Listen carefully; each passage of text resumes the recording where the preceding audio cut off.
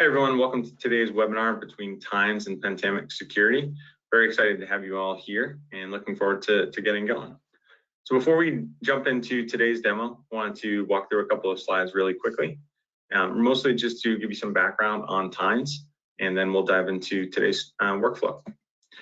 So who is Times? Times was founded in 2018 by Owen Henchy, our CEO, and soon after that came Thomas Kinseller, our COO and co-founder. Times has two offices. Our headquarters is based out of Dublin, Ireland, and then we have another office in Boston, Massachusetts. And Times is a venture-backed organization, and here's a list of some of our investors. So what makes Times different? So Times is laser focused on workflow automation, which means there's no threat intel, there's no ticket management, there's no chat directly in the Times platform. But we do enable and have the ability to connect with any of those tools through our public actions, which we'll walk through during the presentation today. The other part is usability. So Times is designed to be utilized by the frontline teams. So not just developers, not just engineers. We primarily focus on low code, no code workflow automation, which means anybody can use it. You don't have to be a seasoned engineer or developer to work with Times, and you can still get the same benefits that you would typically get in other tools if you had that experience from the Times platform. And the last one is flexibility. So anything that you're looking to automate within your workflows, use cases, manual processes that you have set up today, Times will be able to automate those with just 7 building blocks. And typically after 3 hours, going back to our usability bullet point, after about 3 hours, anybody that has been using Times is effective and as efficient as a senior software engineer.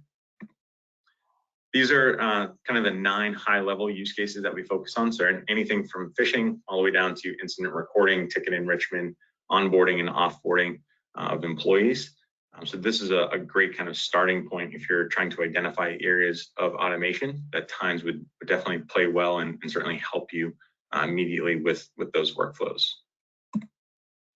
So our approach, again, going back to the last slide on flexibility, is those 7 primitive actions. As you can see, they're listed in the image on the right, but to list them out here, we have the webhook, IMAP, email, HTTP request, trigger action, event transform action, and a send to story action. Automation is only as effective when it's implemented by the teams on the front line.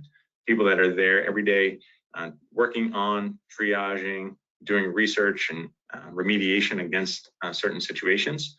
So this tool is only going to be as effective as the folks that are implementing it. So before we again dive into that story, a couple of concepts to keep in mind as we're working through it. So actions for Times are the building blocks of the automation stories. So they perform specific tasks based on the user's configuration. Again, there's only 7 action types. And then we also have widgets, which allows for easier action configuration. So things like prompts, for loops, things like that are also a part of the Times platform. And then we have events. So events to Times are structured data that's sent from one action down to the next. All events are JSON objects, which allows for greater flexibility. And then actions receive events, they perform an action, and then they emit new events to another action downstream. And then stories, those are the collection of actions working together. They're pre-configured automation stories that we have available for common use cases. And stories are also shareable, whether it's by the Times team or by your internal teams. You can quickly reuse, repurpose any of the stories and workflows that have been built out. Here's a great example of some of the customers that we work with today that are utilizing Times, everything from large Fortune 50 organizations to some of the top SaaS 100, but anywhere on the scale that you fit within, small business, new startup, or large corporate organization, or everything in between, Times will be able to support you, help you, as well as automate those workflows with the stories that we build out.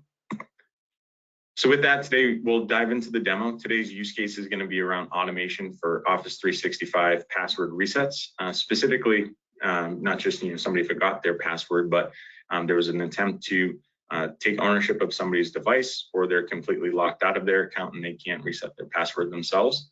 Typically, this is one of the more common use cases we see with MSSPs, sysadmins that are monitoring and maintaining their Office 365 accounts. So again, just taking some of that work, off of their plate so they can focus more on some strategic business items and projects that have been assigned to them, so they're not having to context switch so many times with creating new and passwords. Before I dive into the story itself, I always like to run through a high-level presentation of some of the other areas within Tines. So here we have, when we first log in, when we take out our community edition, the ability to go ahead and take a look at our profile, go from light mode to dark mode. So if you have a preference, you have the ability to select that. You can also manage your users, change your authentication settings from the Tines offered MFA through Google to any single sign-on provider that you support.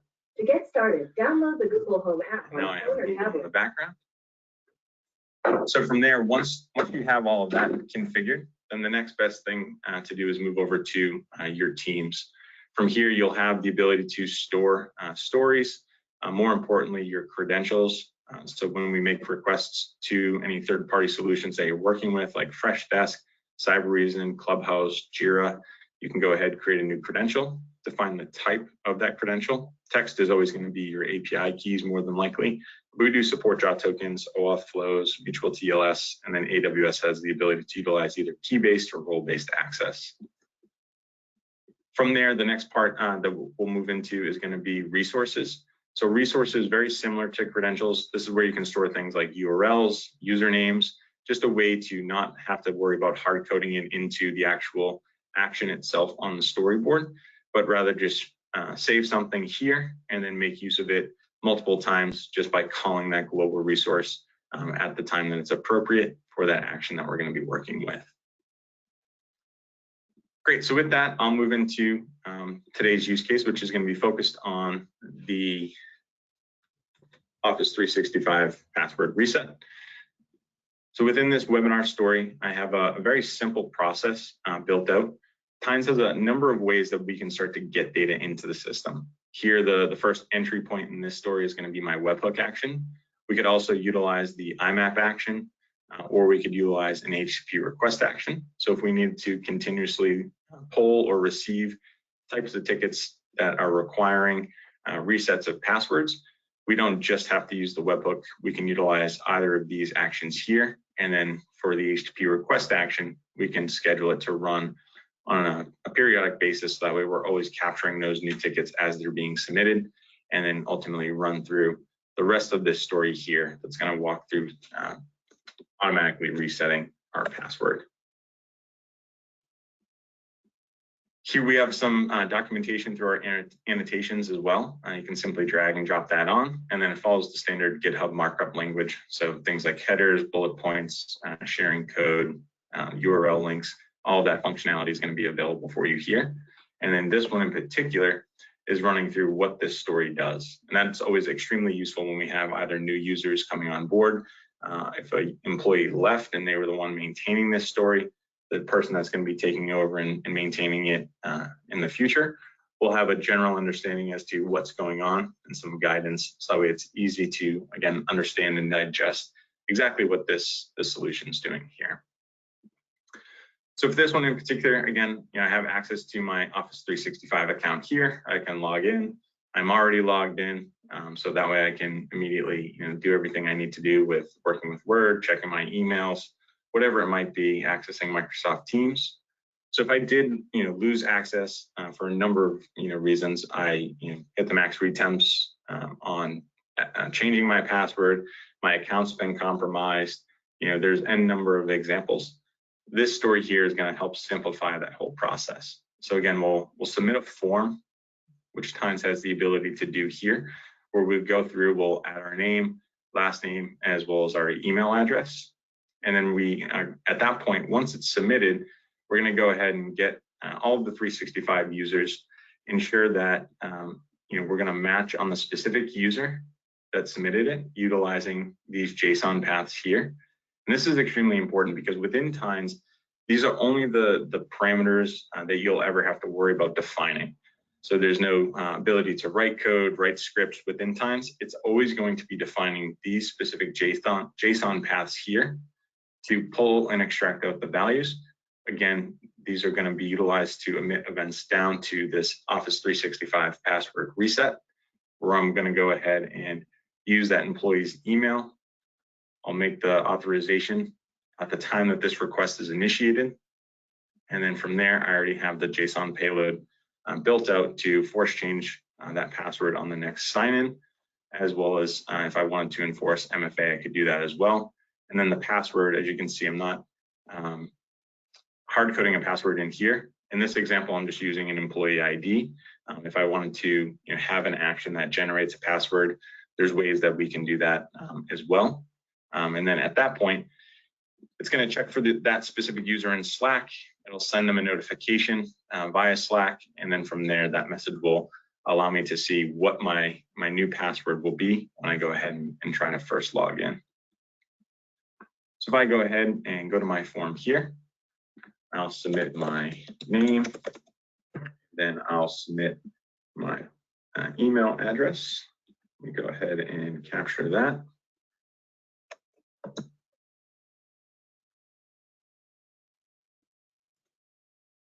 I'm going to go ahead and before I hit submit, drag over my Slack account so I can have that notification. So once I hit submit here, again, you'll see this password reset is in process. If you do not receive an email in the next 10 minutes, please contact support@times.io. You can customize this success message to be whatever you would like. So if it's reaching out to your own internal help desk or support team, you can customize this for yourselves. You can make this link in form publicly accessible, just the form. So that way you don't have to add tons of users into Times, even though you have unlimited access to as many users as you would like. But this form here, where it's marked as private, it's going to be locked down by authentication into the Times platform. So just by simply clicking this toggle button here, anybody that has access to this link, maybe you stored in a Confluence page or some types of docs page, SharePoint site internally. Once that link is published, then anybody will have access to it as long as they have that specific link. For now, I'll just keep it private. So over here, back in the story, we can see we have all of those different events passed from one action to the next. That's indicated by these event bubbles. So anywhere you see these ones, here we have 12. The reason for that is, even though we made a single request to Office 365 using the Graph API, we have more than one user within this account. So if I click on this event transform action and click events in the top right, here I'll see all of the events that have been recorded. I can click on one of the more recent ones, click into that JSON payload. It's also going to show me the upstream actions as well, and the information and JSON payload from those submissions. So here I'll see that first name, last name, and email. And that's how we can do dynamic enrichment and provide different workflows or different branches within a story to kick off by using all of that information from those upstream actions. So clicking in here, I have the ability to go through, add that information. Now, if I go back into this build section, we'll see here, all I'm doing again is just analyzing that JSON path. Every time you're looking to extract out those values, it's going to start with this curly brace, period. You'll see here I have the ability to select the two upstream actions. I can call a resource, I can call a credential, or I could call another story and utilize the output from that story as an input for this story. For here, I'll just go ahead and get all 365 users. I'll do another period, which will give me the ability to pull in the body, the headers, or the status. And then from that point, I'll just take a look at what those values are. From there, it's utilizing a trigger action. So this is going to be our rules engine, where we have to say, this field will equal a specific value. I could use a regex, I could use an in. For this particular instance, for things that I'm looking to not match on, not in, not regex, not equal to. These are typically used when you're working with integers. So that ability is there. And for everything else, more commonly than that, you'll probably work with just the regex. Then I'm also going and evaluating that path. So the value is going to be the email that was submitted in that form that we're looking for. And then the path is going to be the one that the field that we're analyzing, which is this O365 employee.mail, to make sure that that matches on the value that was submitted. And if this rule did not match, then what would happen is we would not see these downstream actions have any event action icons on that tile. But because it passed, it's going to act as the filter. So now when I go into this Office 365 password reset, whenever I call anything from the upstream actions like explode Office 365 employee mail, it's only going to present the value of the event that passed through this trigger action. So it's not going to look for at random one of those 12 events. Again, it's only going to look for the one that met the rule condition as a true, as a match, and then from there allow me to go ahead and pull that information in. And then same here, I'm just going in and notifying that user in Slack. At the very beginning, we had a Slack notification that went off. So here we can see that this was completed on my password reset. The new password is going to be my employee ID for Office 365. I can customize this message to be whatever I would like. So down here in this post message to a Slack channel, I can go ahead and define all of that information. As you can see, I'm utilizing those JSON paths to identify the channel. So again, I'm not having to hard code that in here. And that's available to me, again, because I listed out the user within Slack. I exploded the users in same type of process as above. I utilized the trigger action here to filter through any of the values that matched. And then I sent that notification off to that specific user, which is exactly how I was able to receive this message myself from the Times chatbot. So now if I go back into Office 365 and try a refresh, it should lock me out. Oh, but we'll go ahead and click sign out here. And then if I go and try to pick another account, try to log in here. And if I type in my typical password that I see and use, as you can see, this account or this password no longer works because of that password reset, which is great. So now I'll just need to go ahead and capture whatever my employee ID is for Office 365. And we'll go ahead and select this password reset here. And if we wanted to send this off to a JIRA ticket or something else, I could go ahead and certainly do that as well. But I have it handy in this JSON payload, so I'm going to go ahead and utilize that.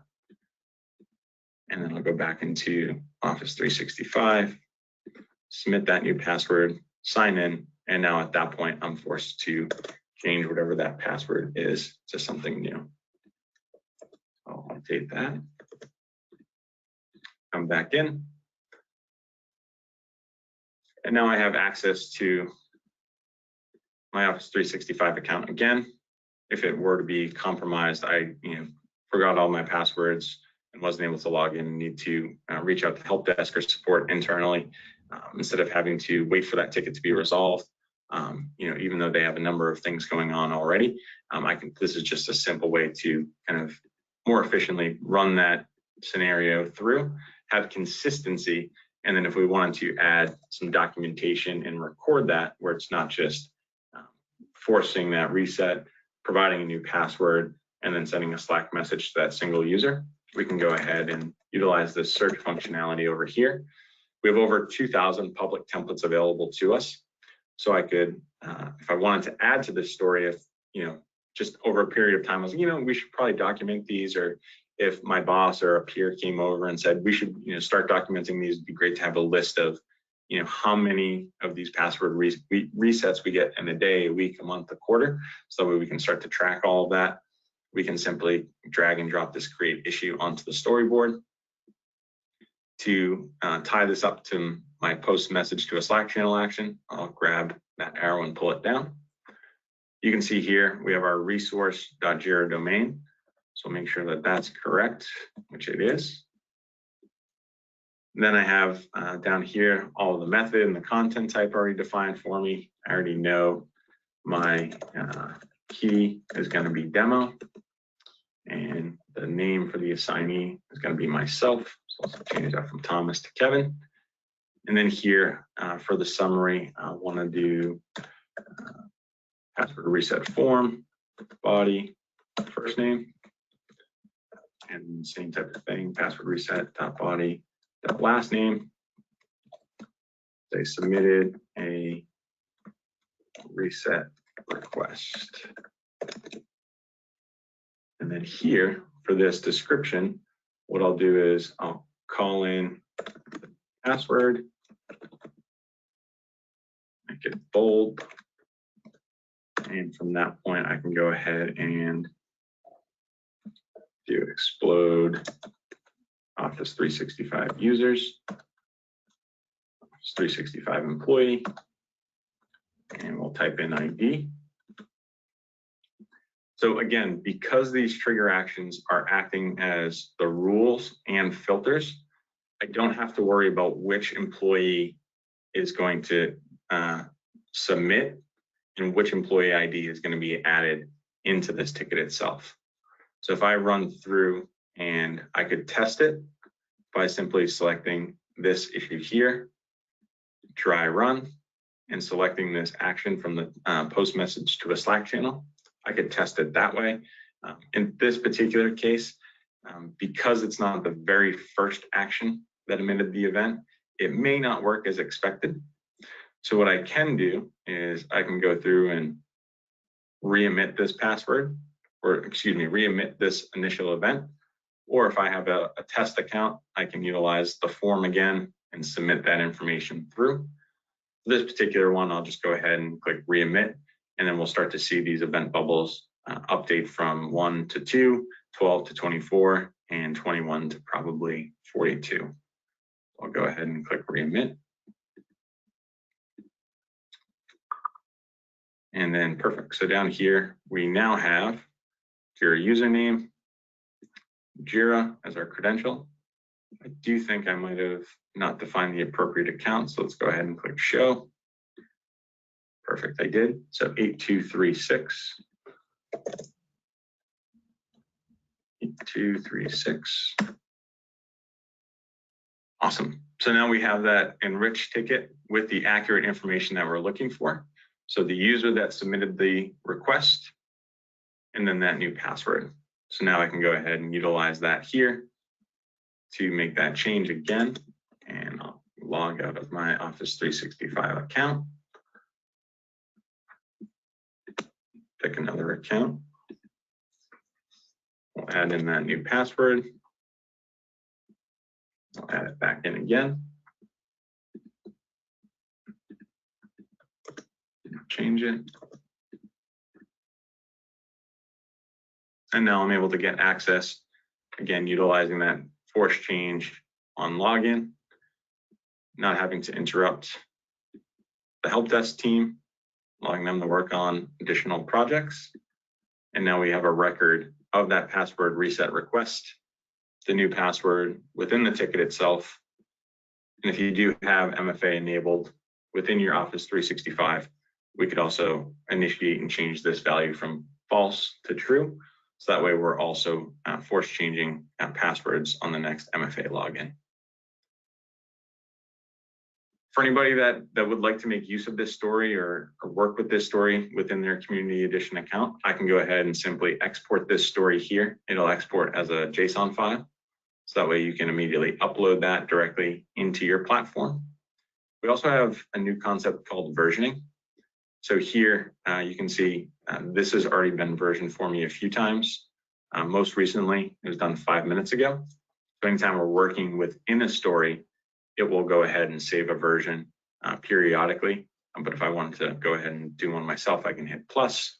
Once I've added that, I can preview it at its current state. You can see here we had 11 actions, but now we have 12 because I've added in that create Jira issue.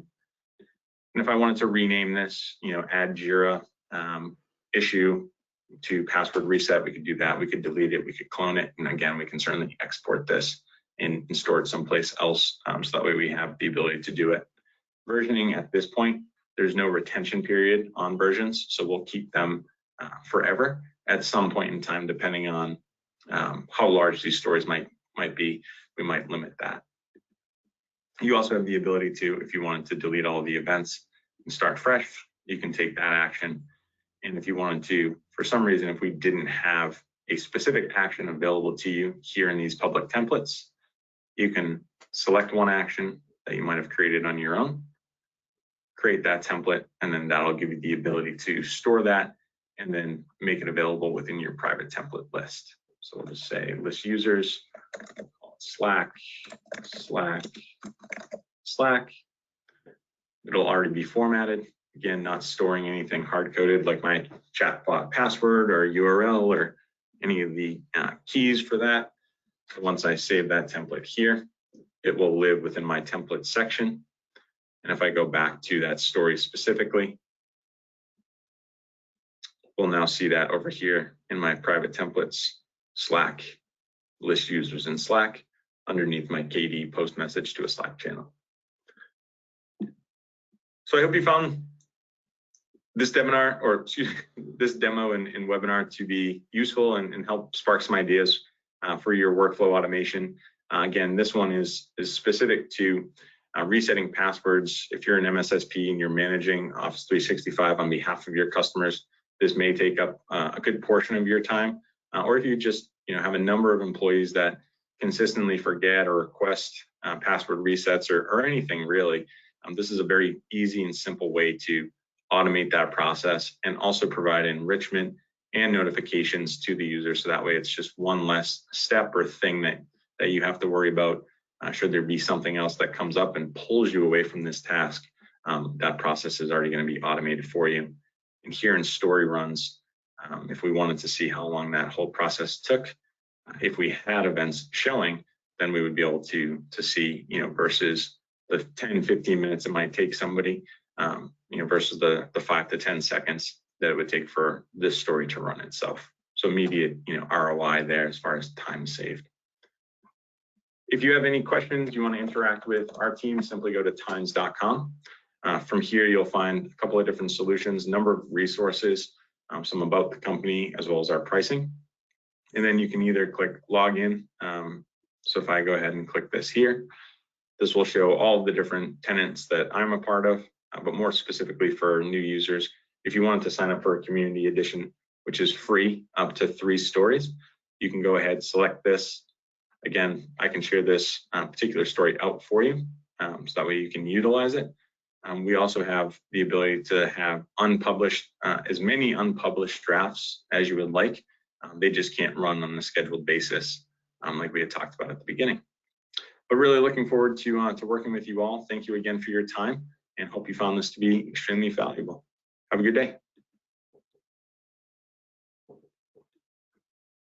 All right, so I'll open it up for any questions, see if anybody has any questions that came up during the presentation. Happy to answer those now for you, and if not, we can wrap up today.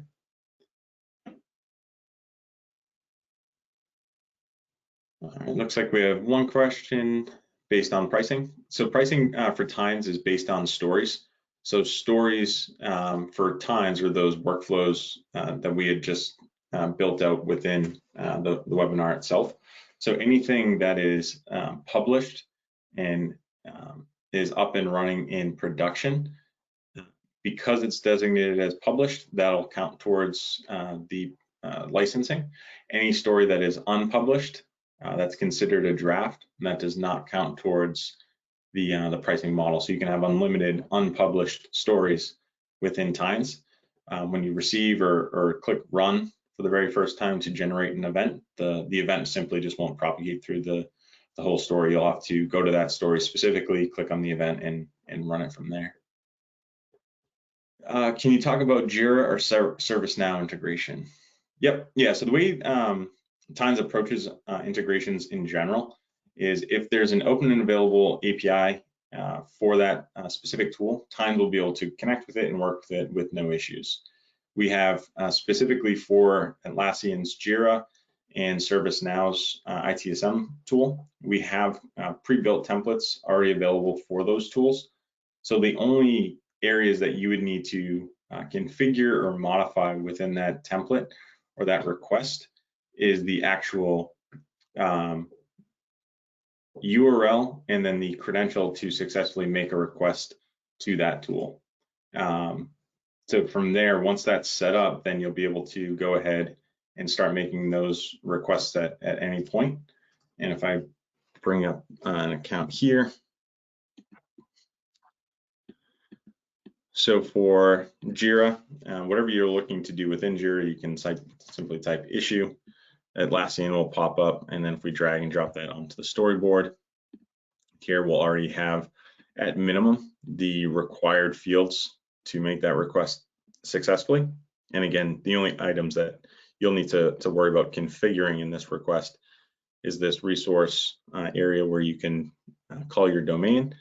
And then here, because we're adding an issue to a comment, essentially what we would want to do is tie that up to this specific action, or if create your issues further up, we can utilize this post message to a Slack channel action.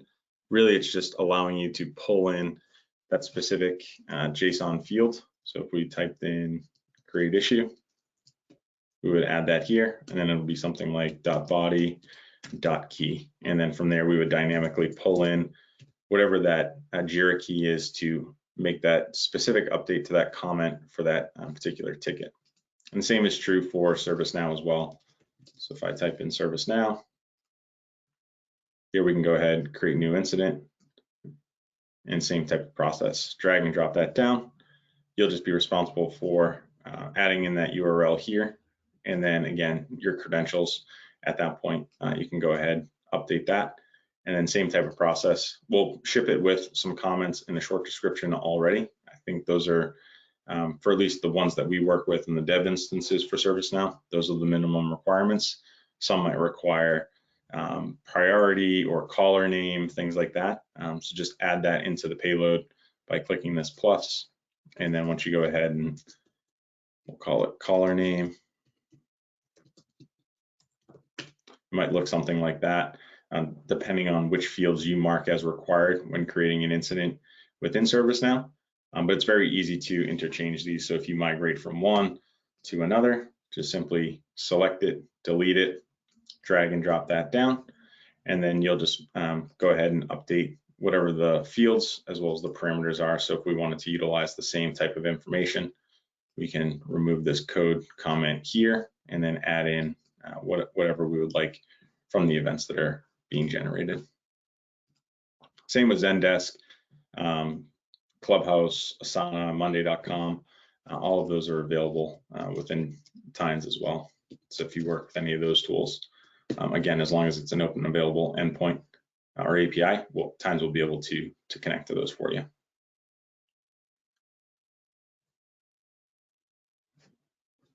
Awesome. Any other questions?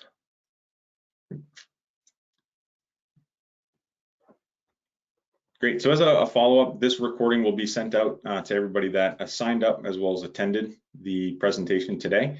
And then Pentamix will also have a copy of this story. So if you work with somebody over at that organization and you wanted to receive the story from them, it's already been exported. I'll share it over after this, and then Don or anybody else on Don's team can work with you to get that loaded into Tines. And certainly, again, feel welcome to reach out to us, and we're more than happy to help and provide support in any way we can. Awesome. Well, thank you again, everyone, for the time today. Look forward to working with you, and we'll talk again soon.